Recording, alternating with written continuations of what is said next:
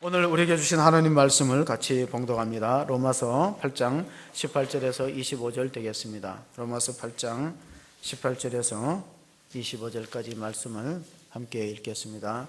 같이 읽습니다. 18절입니다. 로마서 8장 18절부터 시작. 생각하건대 현재의 고난은 장차 우리에게 나타날 영광과 비교할 수 없도다. 피조물이 고대하는 바는 하나님의 아들들이 나타나는 것이니 피조물이 허무한데 굴복하는 것은 자기의 뜻이 아니요 오직 굴복하게 하시는 이로 말미암음이라. 그 바라는 것은 피조물도 썩어짐의 종로로 탄 데서 해방되어 하나님의 자녀들의 영광의 자유에 이르는 것이니라. 피조물이 다 이제까지 함께 탄식하며 함께 고통을 겪고 있는 것을 우리가 아느니라. 그뿐 아니라 또한 우리 곧 성령의 처음 익은 열매를 받은 우리까지도 속으로 탄식하여 양자될 것 곧 우리 몸의 속량을 기다리느니라. 우리가 소망으로 구원을 얻었음에 보이는 소망이 아니니 보는 것을 누가 바라리요. 만일 우리가 보지 못하는 것을 바라면 참음으로 기다릴지니라. 아멘. 21세기를 단적으로 지식사회라고 부릅니다. 지나간 세기가 산업화 시대였다면 21세기는 정보화 시대이기 때문에 비유하건대 20세기를 개미사회라고 부르고 21세기는 거미사회다. 개미의 특징은 근면성과 독점입니다. 그래서 열심히 일해가지고 부를 저축해서 재벌 회사도 생기고 그렇게 근면성과 독점으로 나타났다면은 거미사회는 달라요. 거미사회는 우리가 말하는 그 웹이라는 WEB 웹이라는 것도 사실은 이게 수평적으로 널리 퍼져 있어 갖고 나누고 섬기고 공유한다. 우리가 들었던 어린 시절에 들었던 개미와 배짱이 이야기가 요즘 달라졌어요. 개미가 부지런히 일해서 겨울에 양식을 저장하고 쌓아두고 먹고 쉬는데 배짱이는 여름 내내 놀다가 먹을 게 없어서 추운 날 개미를 찾아와서 도와달라. 그게 우리가 어릴 때 들었던 동화 이야기입니다. 근데 지금 어떻게 바뀌었냐면은 개미는 열심히 일하고 고생하고 돈을 벌었는데 너무나 힘들게 일해갖고 건강이 안 좋고 관절도 아프고 허리도 아프고 척추 협착이 생겨가지고 꼼짝 못하고 병원비로 다 쓰고 벌었던 거. 그리고 배짱이는 여름 내내 나무 그늘에서 노래 부르는데 그 노래가 얼마나 히트를 쳤는지 그 노래가 알려져갖고 히트를 쳐서 대박이 터져갖고 돈을 많이 벌었다는 거예요. 요즘에 신개미와 배짱이는 공유하고 나누고 그런 시대에 살고 있습니다. 이런 걸 가지고 우리가 흔히 말하는 패러다임의 시프트다. 패러다임 변화. 사회의 구조가 바뀌는 겁니다. 패러다임 시프트라는 말을 쓴 사람은 토머스 쿠니, 과학혁명의 구조라는 책에서 등장한 게 패러다임 시프트예요. 그게 뭐냐면은 과학의 이론과 새로운 발견이 어떤 점진적으로 또 객관적인 관찰을 통해서 이루어진다기보다 급진적이고 혁명적으로 이것이 바뀌는 그런 이론으로 발전한다. 그런 것이 바로 이 발상의 전환입니다. 천문학을 보면은 우리가 옛날에 천문학은 다 천동설입니다. 이 태양이 움직이고 지구는 가만히 있다 그랬는데 이게 코페르니쿠스적인 대변환이 일어난 게 지동설을 주장하는 학자들이 생겼어요. 우리가 잘 아는 갈릴레오 갈릴레이가 이탈리아 피사의 탑 기울어진 것도 보고 여러 가지 봐서 이게 지구가 자전거 공전하고 움직인다. 그러다 종교 재판에 회부됐습니다. 그는 아주 그 가톨릭에서 볼 때 이거는 신을 모독하는 어떻게 지구가 움직이느냐. 그래 재판을 받아갖고 그 자리에서는 자기 주장을 할 수 없어서 나오면서 한마디 한 유명한 말이 있습니다. 그래도 지구는 돈다. 물론 이 갈릴레이가 주장하기 전에 1세기 전에 폴란드의 천문학자가 먼저 이것을 얘기했어요. 여러분 잘 아는 코페르니쿠스라는 사람이 벌써 1세기 전에 지동설을 주장했습니다. 그래서 태양이 중심이고 지구가 태양 주위를 돈다. 그런 이론은 정말로 그 시대의 생각을 완전히 뛰어넘는 그런 혁명적인 거기 때문에 만약에 이것을 계속 주장했더라면 이 코페르니쿠스도 환영을 당할 수 있는 그런 위험을 겪게 됩니다. 그가 죽을 때 자기 묘비에다 이래 써달라고 부탁을 했다고 합니다. 내가 죽거든 내 묘비에 글귀를 이렇게 적어주세요. 주님, 저는 베드로에게 보여줬던 친절을 원하지 않습니다. 하나님 바울에게 주셨던 은혜도 원하지 않습니다. 단지 저 예수님이 십자가에 못 박힐 때 강도에게 베푼 자비를 원하나이다. 얼마나 겸손합니까? 강도에게 오늘 너는 나와 함께 낙원에 들어가리라. 구원의 말씀 한마디면 족합니다. 겸손합니다. 그래서 신앙이 뭐냐? 신앙이라는 것은 자기 중심에서 하나님 중심으로 패러다임이 시프트 되는 거예요. 우리가 하나님 알기 전에 다 자기 중심으로 살았잖아요. 계획도. 근데 이게 코페르니쿠스적으로 바뀌어야 그게 올바로 신앙생활을 할 수 있다고 우리가 봅니다. 경제학에서 이런 변화가 이루어진 예를 든다면은 우리가 고전 경제학은 아담 스미스가 얘기하는 보이지 않는 손이에요. 그건 뭐냐면 국가가 시장에 간섭하지 말라. 자유시장 경제로 생산과 소비에 따라서 가격이 결정되고 수요와 공급에 따라서 형성되니까 국가가 과도하게 경제에 개입하지 말고 불간섭하고 자유시장 경제에 맡기라. 이 방임주의가 고전 경제학입니다. 아담 스미스, 존 스튜어트 밀 이런 사람들이 주장했어요. 근데 이게 언제 바뀌었냐면 1930년대에 미국의 경제 대공황이 왔습니다. 주식이 부도가 나며 주식시장이 폭락하면서 경제 위기가 왔는데 이 미국의 경제 공황은 유럽까지 퍼졌어요. 그러니까 그 당시에 고전적 경제학 가지고는 이걸 해결할 수 없는데 그때 케인즈라는 사람, 존 케인즈라는 사람이 새로운 경제 이론을 발표했어요. 그 사람을 가리켜서 거시경제의 아버지라고 부르는데 이건 잘못됐다. 국가가 경제 정책에 주도하고 관여해야 된다. 많은 사람들이 반발했죠. 그러나 루즈벨트 대통령이 현명했기 때문에 그 이론을 따라서 루딜 정책을 세웠어요. 그래서 1930년대 미국의 경제 공황을 극복했고 그리고 유럽의 경제를 안정시켰기 때문에 케인즈의 이론이 옳다. 요즘에 이제 그래서 우리가 또 하나의 종교계를 돌아보면은 종교계 패러다임 시프트가 일어난 게 바로 1517년, 지금 500주년이잖아요. 이게 루터가 일으켰던 종교개혁 운동입니다. 그 전까지는 카톨릭의 교황 체제로 계급적으로 운영해 왔는데 교회가 이루어져 왔는데 루터가 봤을 때는 이것은 성경적이지 않다. 성경으로 돌아가자. 근본으로 돌아가자. 그렇게 외쳐서 개혁을 일으켰던 것이 종교개혁입니다. 하버드 대학교 와그너 교수가 구한말의 조선이 왜 일본의 식민지가 됐을까? 세 가지 원인을 밝혔어요. 첫째로는 외부의 변화를 읽지 못했어요. 일본은 민감하게 변화를 받아들였습니다. 1868년도에 명치유신, 소위 메이지 유신을 해서 소금 문문을 받아들였는데 우리는 세국 정책을 썼거든요. 그 폐인이다. 두 번째, 관료 집단의 부패입니다. 소위 양반이라는 사람들, 기득권층들이 백성들의 존경과 신뢰를 잃었어요. 탕관오리가 많았고 권력이 부패했다는 거예요. 관료 집단의 부패가 또 양반층의 기득권에 안주하고 모범이 되지 못했던 거. 두 번째 원인이고 세 번째가 잘 아는 것처럼 국론이 분열됐어요. 사분오열되었어요. 사색당파가 난무했습니다. 결국은 1905년도 을사보호조약 미명 아래 우리 국권이 일본한테 넘어가고 1910년도에는 합병이 되고 말았습니다. 자, 오늘은 어떨까? 오늘 우리 교회 모습을 한번 돌아봅시다. 최근에 어떤 사람들이 기독교인 3명이 모이면은 한 명은 기독교인 3명 중에 한 명은 분쟁하는 교회 다니고 있어요. 그래서 이런 말이 있어요. 멀쩡한 교회, 싸우지 않는 교회만 다니는 것도 축복인 줄 알아라. 이런 말이 요즘에 희자되고 있어요. 미국으로 이민을 가면 국민들마다 특징이 있는데 일본 사람들은 회사를 차립니다. 상사를 차립니다. 중국 사람들은 음식점을 내요. 한국 사람들은 교회를 개척해요. 그래서 한인교회가 많아요. 근데 문제는 뭐냐면 한인교회가 다른 방법으로 성장하기보다는 분열되어서 교회가 많은 경우가 더 많다는 거예요. 어떤 분이 플로리다주 올랜도 교회를 담임 목사님을 부임하게 됐어요.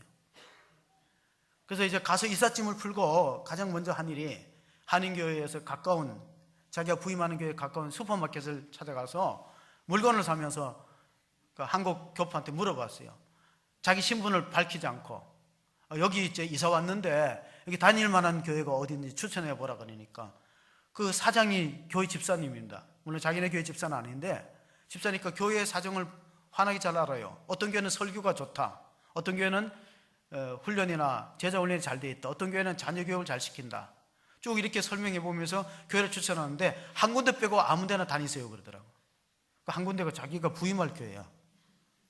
얼마나 마음이 무겁겠어요. 올랜도 한일교회 자기가 부임하는데 그 교회는 가지 말라는, 그 분쟁하고 싸우는 거니까 그 교회만 빼고 다 가라는 거예요. 근데 그 사실을 물론 한국에서 목회자로 초빙될 때 알았겠죠. 알았지만은 이 정도일 줄은 몰랐다는 거예요. 슈퍼마켓 사장이 다른 교회에 다 다녀도 되는데 그 교회 빼고 다니라고 하니까 담임 목사는 얼마나 마음이 무겁겠어요. 토요일 날 기도하다가 교회 간판을 잘랐대요. 올랜드 한인까지만 남겨놓고 밑에 교회를 잘라버렸어요.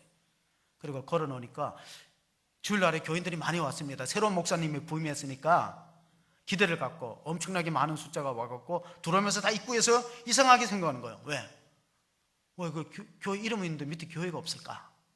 이상하다. 목사님 설교하면서 내가 잘랐다고 고백했어요. 성도들한테. 그 자른 이유는 왜냐하면 내가 이삿짐을 풀어놓고 슈퍼마켓 사장 집사님한테 얘기 들으니까 이 교회 빼고 다 다니라는데 이게 무슨 교회냐고. 여러분, 교회는 누가 주인입니까? 예수님이 주인이잖아요. 그게 바른 교회인데 사람이 자기 목소리가 크고 자기 주장을 관철하려고 그러고 사람에 의해서 움직이지는 이게 교회냐고. 그래서 교회자를 잘라버렸다고. 우리가 정말 나 자신부터 성도에 이르기까지 예수님이 중심이 되는 교회가 될 때 새로운 간판을 달 것입니다. 그렇게 했어요. 종교개혁의 정신이 뭐냐? 5대 강령이 있는데 종교개혁 5대 강령을 한번 보시면은 5가지 모토, 기치가 있어요. 첫째 뭐냐? 오직 성경이에요. 가톨릭은 전통을 성경 위에도 뒀어요. 아니다는 거예요. 성경 말씀대로 이루어지는 것이 올바른 교회다. 두 번째 종교개혁의 원리입니까? 오직 예수.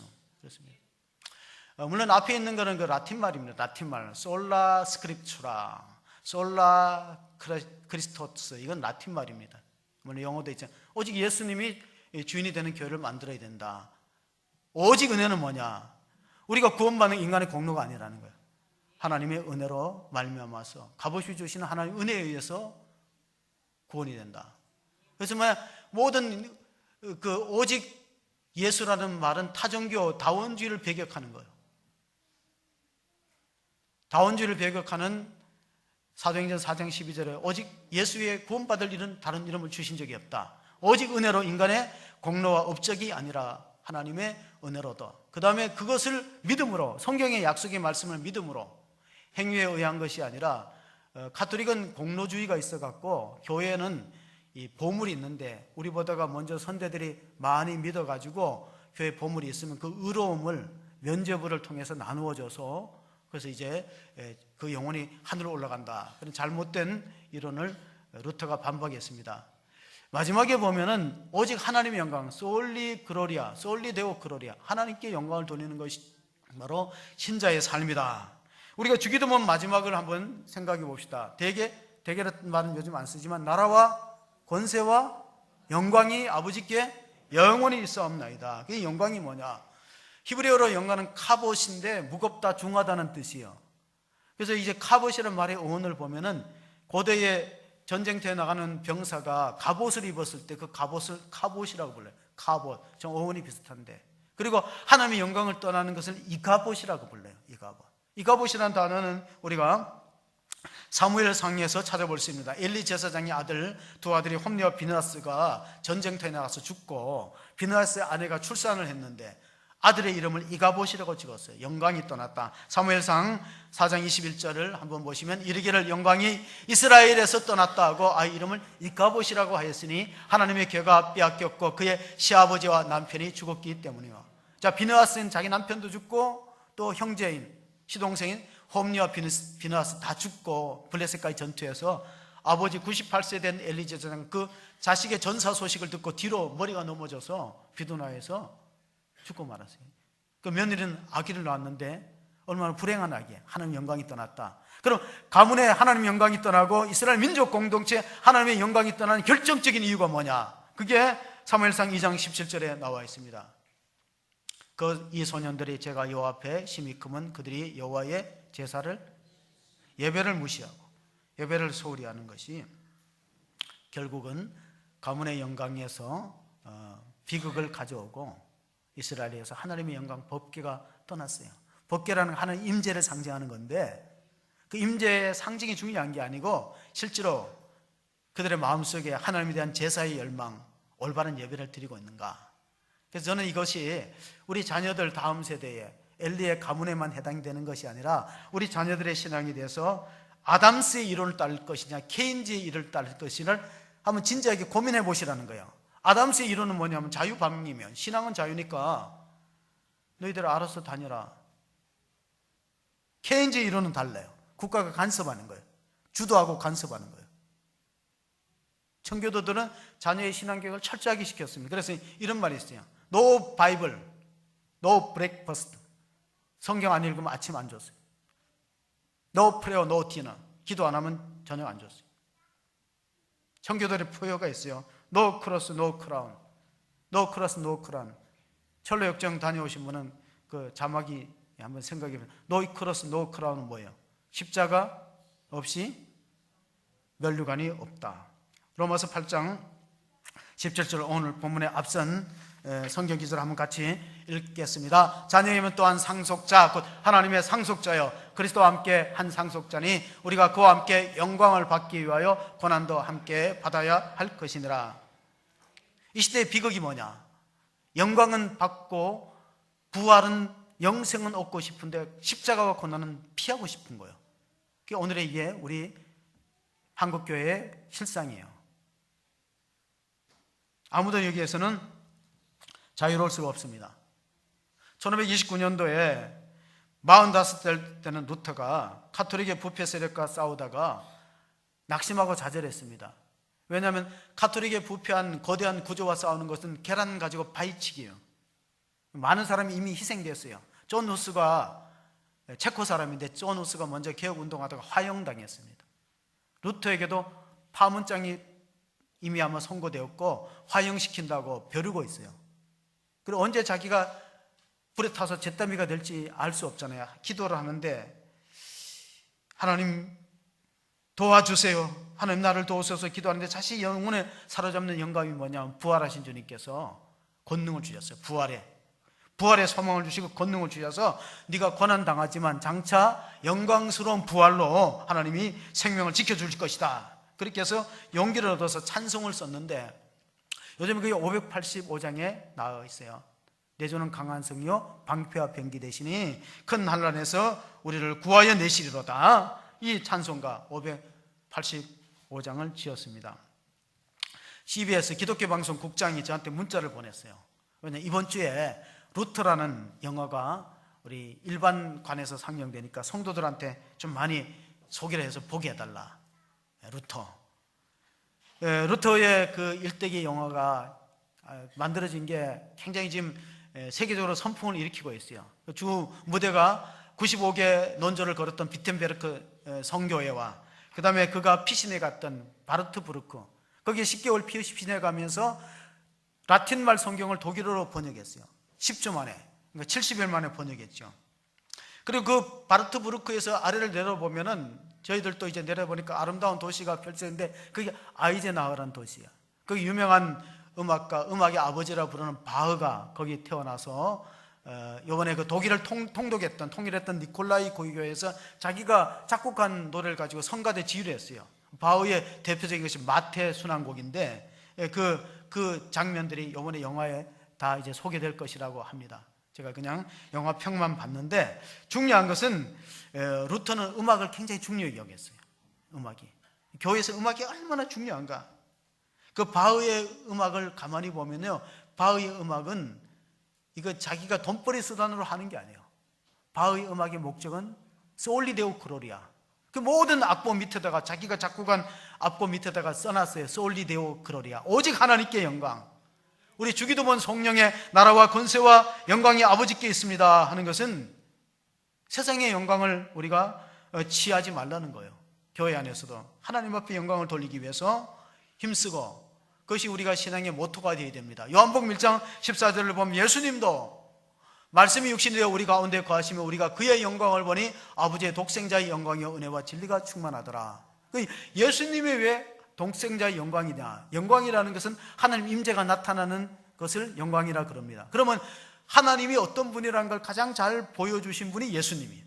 그러니까 하나님의 영광을 드러냈죠. 요한복음 13장 31절에 보면 인자가 이로 말미암아 영광을 받으셨고 또 아버지께서도 인자로 말미암아 영광을 받으셨다는 말씀이 있는데, 십자가 지시기 전에 하신 말씀이요. 예수님이 십자가를 지심으로 하나님의 사랑이 구체적으로 우리한테 증거가 되었고, 그로 말미암아서 또한 하나님도 영광을 얻으시게 된다 하는 기도의 내용입니다. 오늘 본문이 시작되는 18절을 같이 한번 읽어보겠습니다. 같이 읽습니다. 생각하건대 현재의 고난은 장차 우리에게 나타날 영광과 비교할 수 없도다. 그 영광스러운 장면을 계시록을 보면 잘 드러났어요. 성도가 받을 수 있는 영광. 순교자들이 어떻게 순교할 수 있느냐? 순교할 수 있는 용기와 담력이, 이런 말씀, 하나님께서 우리에게 지금의 고난을 뛰어넘는, 고난이 클수록 영광이 크다 하는 사실을 그들은 믿었기 때문에 이 땅의 목숨을 버리고 영생을 얻게 된 것입니다.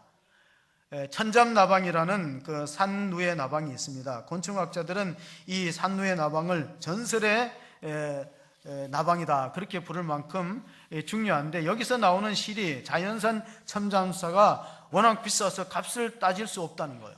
그런데 이것이 애벌레 상태에서, 이 번데기 상태에서 나비, 천잠나방으로 나오는 데는 4번 탈바꿈이 필요해요. 껍질을 벗고 허물을 벗고 진통 속에서 몸부림을 치는데, 나중에는 이제 뽕나무 잎을 한 열흘 동안 먹고 입에서 실 같은 것을 뽑아내는데, 천잠사라는 비싼 실크의 원료가 되는 걸 뽑아내는데, 고치를 자기가 스스로 몸으로 둘러서 만들고 거기를 빠져나옵니다. 4번째.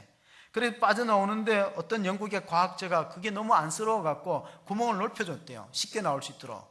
누에 고치에 구멍을 넓혔더니 천잠나방이 나오는데, 쉽게 나오는데 날지를 못하고 푸들푸들하다고 죽어버렸어요. 도와준다는 게 죽이는 거예요. 오늘날 많은 교회가 힘든 이유가 성도를 편안하게 해줘요. 죽이는 거예요. 아이들은 활발하게 뛰놀아야지, 아이들이 안 움직이면 2가지요. 아프든지 죽었든지. 요즘 성도들은 다 편안하게 가만히 둬달라는 거예요. 그러면 죽는데도, 영적으로 죽는데도. 로마서 8장 30절을 읽어보면 우리의 구원의 단계도 4단계 있어요.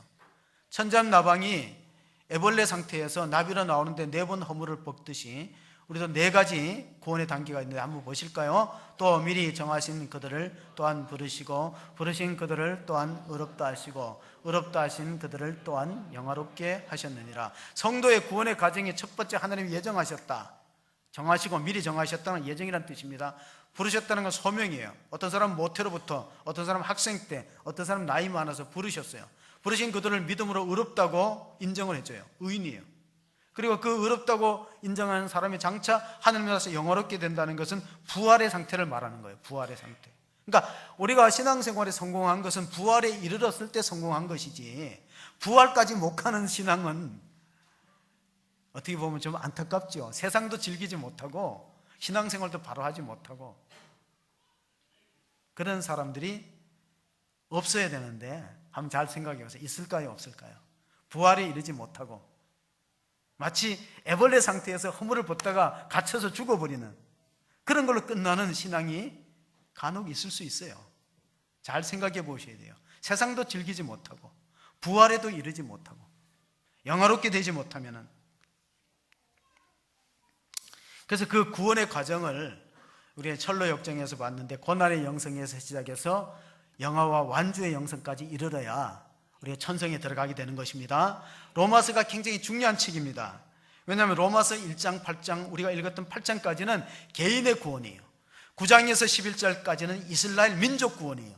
이스라엘 민족이 어떻게 나중에 회복될 것이냐, 그런 게 나와 있습니다. 자, 나비가 허물을 벗듯이 우리 신앙생활도 구습을 쫓는 옛사람을 벗어버리는 결단이 필요합니다. 나비 효과라는 말을 쓴 사람은 에드워드 로렌츠라는 기상학자예요. 그 나비 효과라는 말을 언제 썼냐면은 아마존의 브라질의 나비의 날개짓은 그게 파장이 퍼지고 퍼지면은 미국의 텍사스로 오면 허리케인으로 발전한다는 게 나비 이론이에요. 버터플라이 이펙트라는 용어를 썼는데 이게 이제 기상학에만 쓰는 게 아니라 경제학에도 써요. 한 나라의 어떤 경제적인 위기가 다른 나라에 다 연정돼요. 예를 들어 봅시다. 조금 이런 예는 들기가 좀 곤란한데 절대 전쟁이 일어나서는 안 되고 전쟁이 일어나지도 않아야 됩니다. 근데 만약에 한국 전쟁이 일어나면 세계 경제에 여파가 있는 거예요. 그게 버터플라이 이펙트예요. 하나의 작은 몸짓이 전체에 영향을 미치듯이 미국의 경제 대공황은 한 지방은행의 부도로부터 시작됐어요. 한국교회가 지금 상당히 어렵고 심지어는 이제 이단에게 넘어가는 교회조차 생깁니다. 자, 어떻게 하면은 우리가 올바른 교회, 건강한 교회를 만들어 갈 수 있는가? 종교개혁이 성공할 수 있었던 원인 중에 하나가 뭐냐면 개혁자들이 스스로 자신을 개혁했어요. 그러면 성공하는데 정치가 개혁 안 되는 게 뭐냐면은 다 남 보고 바꾸라는 거예요. 자기는 하나도 안 움직이고. 그럼 절대 개혁에 성공할 수 없어요. 교회가 새로워지기를 원합니까? 여러분 자신부터 새롭게 결단할 수 있기를 바랍니다. 로마서 12장 1절 2절을 읽어봅시다.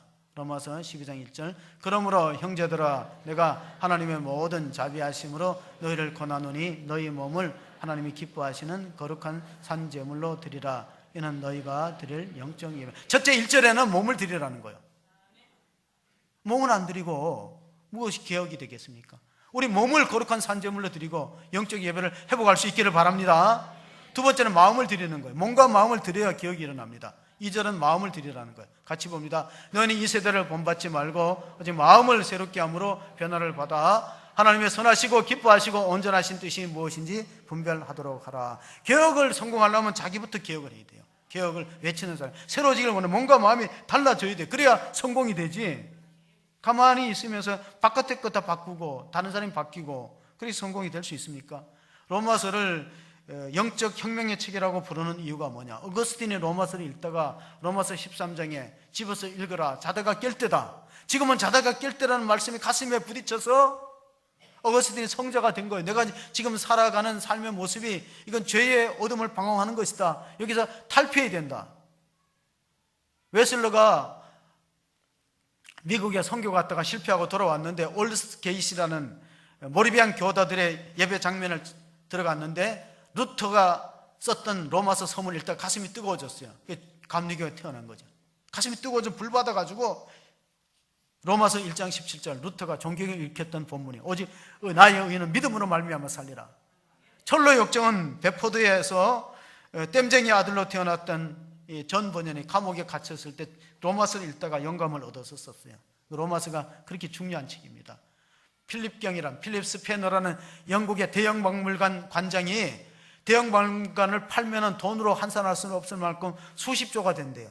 거기는 인류의 고귀한 보물들이 박물관에 다 있는데 그거 보다가 로마서 바울이 썼던 로마서 친필 16장까지 되어 있는 친필 한 장하고 안 바꾼다 그랬어요. 그러면 로마서는 그만큼 생명사는 중요한 책인데 우리가 8장이 굉장히 중요해요. 8장이 왜 중요하냐면 로마서 16장 가운데 8장은 반지의 보석과 같아 하는 표현이 있어요. 반지가 있다면은 가장 중심부에 뭐가 있겠어요? 보석이 있겠죠. 다이아몬드나 보석이 박혀 있겠죠. 로마서가 16장인데 8장의 중심부가 굉장히 중요하다는 거예요. 1절 2절 한번 읽어보겠습니다. 자, 우리가 화면을 좀 주목해 보시고 비몽사몽간이 계시는 분이 계신 것 같아요. 자, 8장 1절 2절을 같이 했습니다. 자, 그러므로 이제 그리스도 예수 안에 있는 자에게는 결코 정죄함이 없나니 이는 그리스도 예수 안에 있는 생명의 성령의 법이 죄와 사망의 법에서 너를 해방하였습니다. 두 가지 법이 있다는 거예요. 이 영적으로는 생명과 성령의 법이 있고 죄와 사망의 법이 있는데 우리가 예수님을 알지 못할 때, 구원받지 못할 때는 죄와 사망의 법에 얽매여 있어요. 그러니까 거기서 해방되면 생명과 성령의 법에 지배를 받으며 살아가는 거. 이건 어쩔 수 없어요. 우리 조상들이 잘못해갖고 일본의 식민지가 되면 모든 조선 사람은 일본의 법과 그 차별 대우를 받는 거예요. 해방이 돼야만 거기서 벗어나잖아요. 그러니까 내가 아무리 똑똑하고 내가 아무리 공부를 많이 하고 지식이 많아도 예수를 모르고 거듭나지 못하면 죄와 사망의 법에 매여 있을 수밖에 없는 거예요. 그걸 벗어날 길이 없는 거예요. 그러나 우리가 구원받고 거듭나면은 생명과 성령의 법 아래서 은혜로 하나님의 보호를 받는 것이다. 그럼 오늘 본문의 말씀 21절을 보면은 모든 피조물이 해방되기를 원한다는 겁니다. 그 바라는 것은 피조물도 썩어짐의 종로로 탄 데서 해방되어 하나님의 자녀들의 영광의 자유에 이르는 것이니라. 다 누구나 자유롭게 살고 싶어 합니다. 고대 로마의 정치가가 행복은 자유에서 오고 자유는 용기에서 온다 그랬어요. 왜 자유가 없나? 용기가 없어서 그래요. 패트릭 헬리라는 미국의 의회 정치가는 자유를 달라, 그렇지 않으면 죽음을 달라 그래요. 그런 결단이 있어야 되는데 우리나라의 민주주의를 지키기 위해서 UN 16개국이 6.25 전쟁에 참여했습니다. 값진 고귀한 피를 흘렸어요. 그리고 미국에는 전몰 장교 기념관에다가 입구에도 이런 글을 적었어요. Freedom is not free. 자유는 공짜가 아니다. 누군가 자유를 지키기 위해서 피를 흘려야 되는 거예요. 로마서 8장 23절 우리가 같이 읽어보겠습니다. 그뿐 아니라 또한 우리 곧 성령의 처음 익은 열매를 받은 우리까지도 속으로 탄식하여 양자될 것 곧 우리 몸의 속량을 기다리라. 여기서 중심되는 단어 속량이라는 단어를 한번 주목해 보십시오. 요즘 쓰지 않는 단어예요. 속량은 뭐냐면은 옛날에 노예 제도가 있을 때 노예를 풀어주고 자유의 신분을 주는 것을 양자. 그러니까 우리가 네로 황제가 원래는 이제 노예였대요. 노예인데 이제 똑똑해갖고 양자로 입양돼서 황제까지 올라갔죠. 그 단어를 쓸 때 노예에게 자유를 주는 걸 속량이라, 값을 줘서 자유를 주는 것을 속량이라는 단어를 씁니다. 그 뭐냐면은 우리가 속량이라는 단어를 신구약 성경에서 찾아볼 수 있어요. 지금 우리가 일반 사회는 속량이라는 말을 안 써요.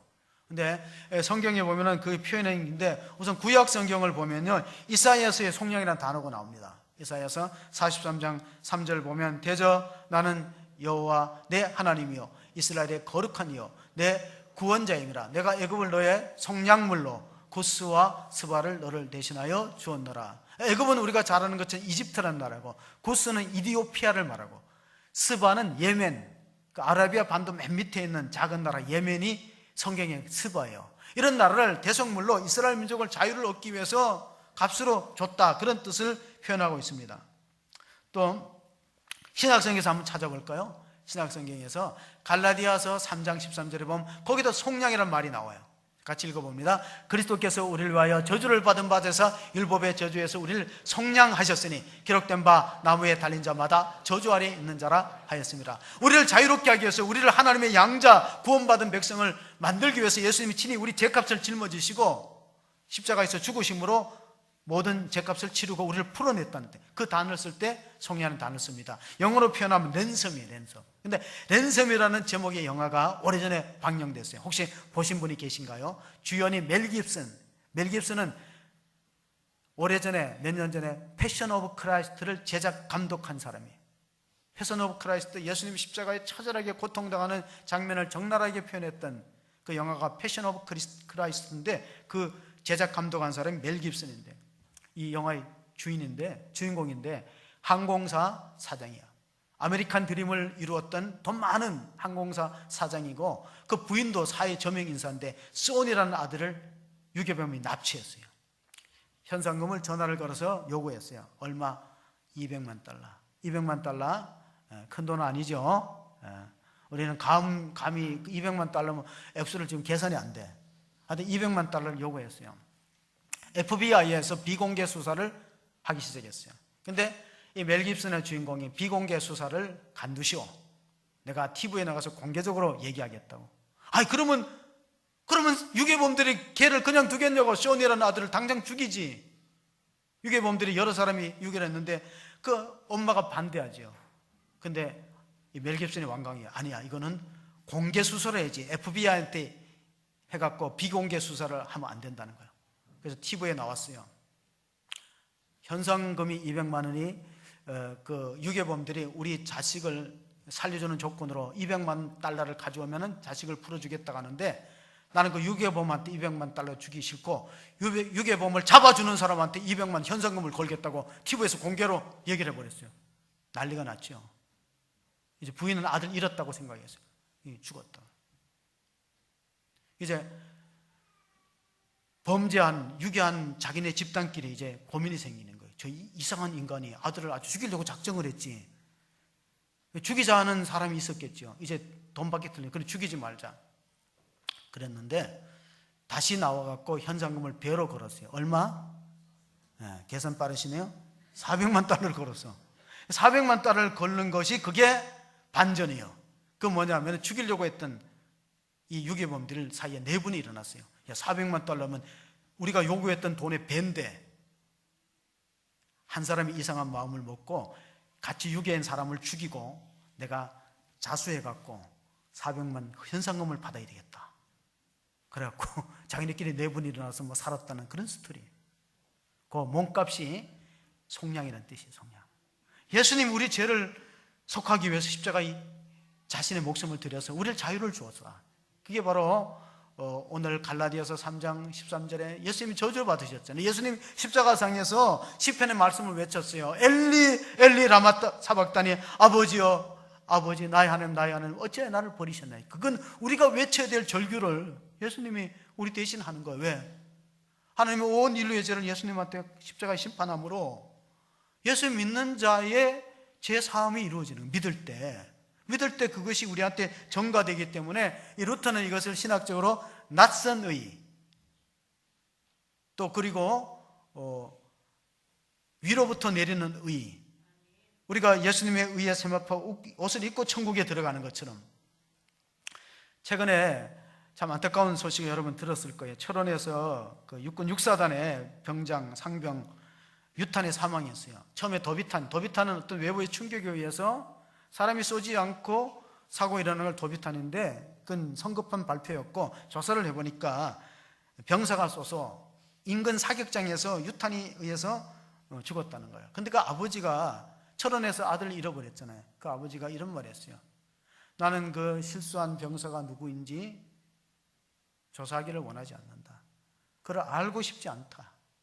왜냐하면 그를 알게 되면 그 병사를 원망하게 될 것이고 또 그 병사는 얼마나 죄책감과 자기의 실수로 인해서 병사가 죽었다는 데 대해서 얼마나 부담과 죄책감을 가질까. 그러니까 알기를 원하지 않는다. 보도를 해서 저는 목사이지만 이런 생각이 봤어요. 내가 이런 경우 당하면 저 아버지 같이 할 수 있을까? 어떤 인간이 총을 엉뚱한 데 쏴갖고 남의 애꿎은 자식을 죽였는가? 그 원망하는 마음이 안 생기겠어요. 열흘만 기다렸다면 6박 7일 추석 휴가를 받아오는데 22살 난 아들이 열흘만 참았더라면 6박 7일 추석 휴가가 다 예정되어 있는데 그거 못 지키고 추석 때도 얼마나 쓸쓸하게 긴 연휴를 국립현충원에 동생 고등학교 1학년짜리만 다녀오게 했어요. 오늘 정치인들을 보면서 이 아버지하고 묘하게 대비가 됩니다. 프랑스의 한 병사가 가슴에 유탄을 맞고 수술을 했는데 의사가 집도한 의사가 이런 말을 했어요. 조금만 탄환이 깊이 박혔으면 큰일 날 뻔했다. 그랬더니 그 프랑스 병사가 의사 선생님이 조금만 내 가슴을 파보시면은 내 조국 프랑스가 있다는 것을 보게 될 것입니다. 전쟁은 애국자가 있어야 이기는 거지. 교회도 마찬가지고. 칼빈의 좌우명이 뭐냐면은 나의 심장을 주님께 드립니다. 즉각적으로. 우리는 즉각적으로 드리기보다가 집에 가서 생각해보고 의논해보고 계산해보고 드리죠. 종교개혁자 칼빈은 나의 심장을 주님께 바칩니다. 즉각적으로. 계산하지 않고 순종하겠다는 것입니다. 고린도서 1장 12절을 읽어보면 하나님께서 우리 심장에 우리 가슴에 성령을 선물로 주셨어요. 같이 읽어봅시다. 고린도서 1장 22절입니다. 그가 우리를 인치시고 보증으로 우리 마음속에 성령을 주셨느니라. 이는 도장이고 보증은 우리가 아파트를 살 때 청약하거나 뭐 이런 게 보증이에요.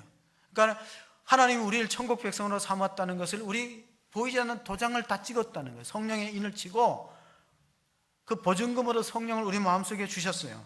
그러므로 우리가 신앙생활할 때 때로는 넘어지고 실수할 수 있지만은 하나님은 우리가 살든지 죽든지 먹든지 마시든지 하나님의 영광을 위해서 살아가는 것을 원하고 계십니다. 고린도서 10장 31절에 바울이 한 유명한 말이 있습니다. 그런즉 우리가 먹든지 마시든지 모든 일에 하나님의 영광을 위해서 살라. 그럼 어떻게 하면 하나님의 영광이 될까? 그럼 어떻게 하면 하나님의 영광을 가릴까?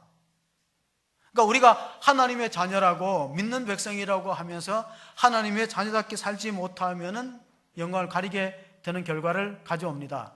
성도의 정체성을 빛과 소금이라 그래요. 소금이 죽으면 뭐가 될까요? 아몬드가 죽으면 다이아몬드가 된다고 얘기를 했는데 소금이 죽으면 뭐가 될까요? 죽염이 되겠죠. 죽염은 몸에라도 좋지.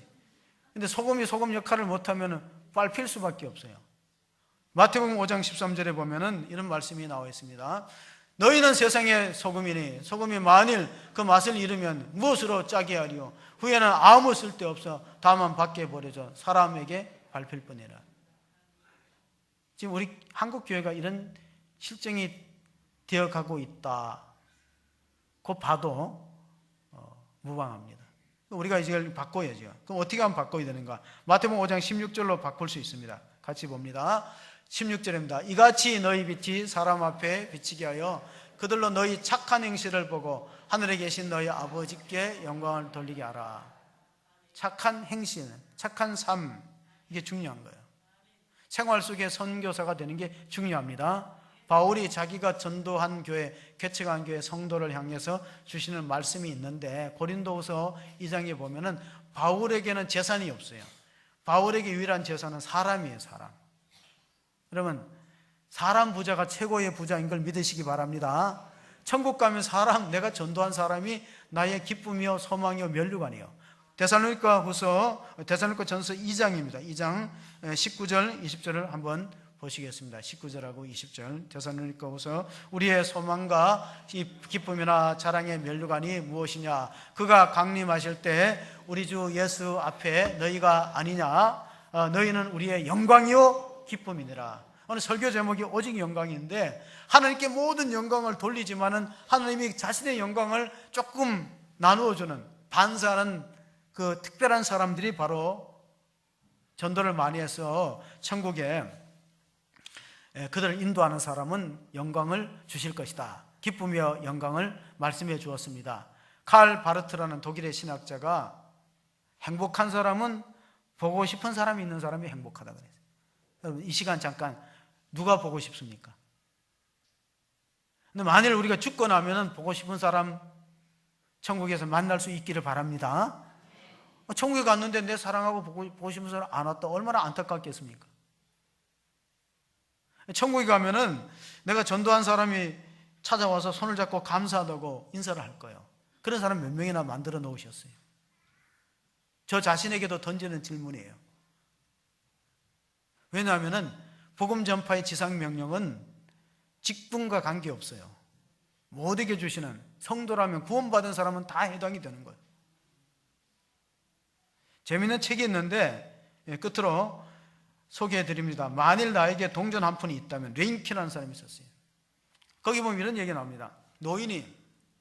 나이 많은 노인이 서점에 들어가서 전도지를 사가는데 망감이 교차하는 표정으로 전도지를 구입하면서 서점 주인한테 이렇게 말했어요.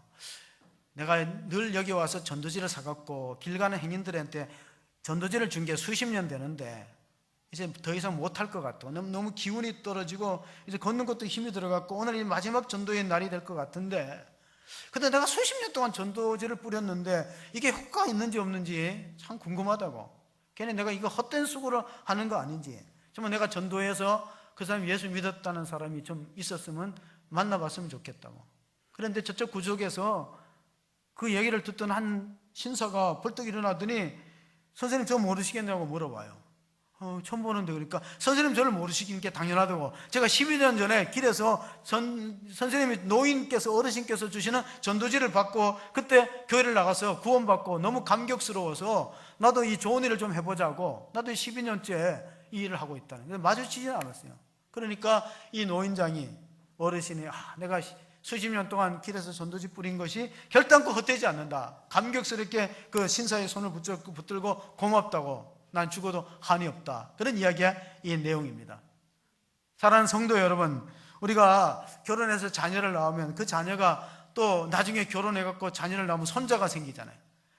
그 얼마나 기쁨과 보람이에요. 그 교회가 영적 재생산이 있느냐, 이거를 보셔야 돼요. 영적 재생산이 있는가. 우리는 토요일마다 여호수아 전도의 이름으로 노방 전도를 하는데, 어제는 우리 교회 노방 전도가 10시 반인데 20분에 집사님 한 분이 오셔갖고 제가 물어봤어요. 이렇게 빨리 오시냐고. 10시 반부터인데. 근데 버스를 2번 타고 오셨어요. 가까운 데 사시는 것도 아니에요. 그래서 가만히 생각할 때는 전도는 어떤 조직이나 돈의 문제가 아니고 열정의 문제 같아요. 열정. 영혼을 구원하겠다는 그런 열정과 의지가 있어야 되는 거지, 이것도 뭐 어떤 행정적으로 짜가지고 강제로 해갖고 될 일이 아니다. 그런 열정이 회복되기 위해서는 우리가 한번 어떻게 신앙생활을 해야 되는가, 로마 끝으로 한번 우리가 이 말씀을 한번 같이 읽어보겠습니다. 다니엘서의 말씀입니다. 다니엘서 12장 3절입니다. 지혜 있는 자는 궁창의 빛과 같이 빛날 것이요 많은 사람을 옳은 대로 돌아오게 한 자는 별과 같이 영원토록 비치리라. 하나님의 영광을 나눠줄 수 있는 유일한 사람이 누구인가? 그 주인공이 바로 정말 눈물로 씨를 뿌리면서 잃어버린 영혼들, 죽어가는 영혼들의 안타까운 마음을 가지고 기도의 자리에 참여하고, 여러분, 전도는 기도 없이 절대로 안 됩니다. 그러니까 기도하는 모습을 볼 때 제가 요즘 최근에 상당히 이제 안타까운 마음이 생겨요.